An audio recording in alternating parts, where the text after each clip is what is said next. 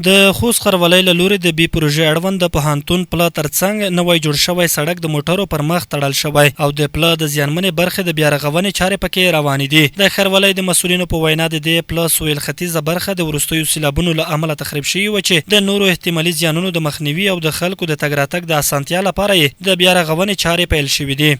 د وروستیو سختو سیلابونو او بارانونو له امله د خوست ښاروالۍ مربوط شپږمې ناحیې مربوط پوهنتون خړ باندې کوم لوی پل جوړ شوی دی د دغې جنوب ختیځ طرف ته وینګوال یو څه برخه زیانمنه شوې وه او جدي اساسي ترمیم ته اړتیا وه. هر کله چې دا مشکل د خوست ښاروالۍ رهبرۍ سره شریک کړل هغوی په جدي غوښتنې سره انجینرۍ ټیم ته هغه وسپارله دنده وسپارله تر څو څومره ژر چې امکان ولري ذکر شوی تخریب شوی ساحه باید لسره په اساسي ډول ورغول شي. د قراردادي شرکت مسؤلین وایي ژمن دي چې د خوست ښاروالۍ د انجینري ټیم تر څار لاندې د پل تخریب شوی برخه په اساسي او معیاري ډول ورغوي.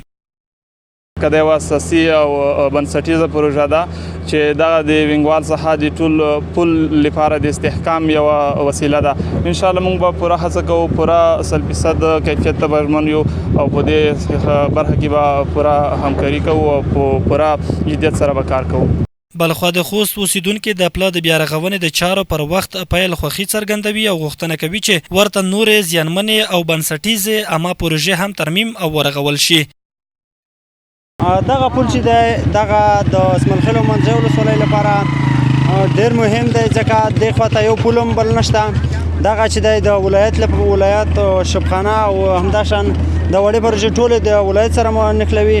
دلته مریضان ورځي عاجل مریضان وي تر څو زر مرکز ته انتقال شي او د مرکز نه هم ولایت ته شبخانې ته انتقال شي تر څو موږ وکولی شو چې په ښه ډول په اساسي ډول داسې پروژې جوړ شي. دغه پروژې د هیواد په آبادیت کې ډېر مهم رول لري.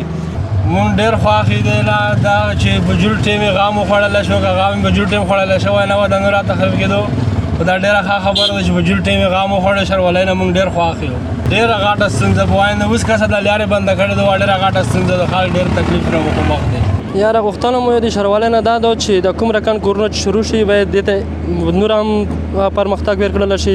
د کوم رقم پروژې چې روان دي سړکونه روان دي هم د کوم ځینې تخریب شوي دي ښاروالۍ والا مخکې نه چې دای کوم کورونه شوي دي مقصد دای ښه توجه یې ته کړې ده.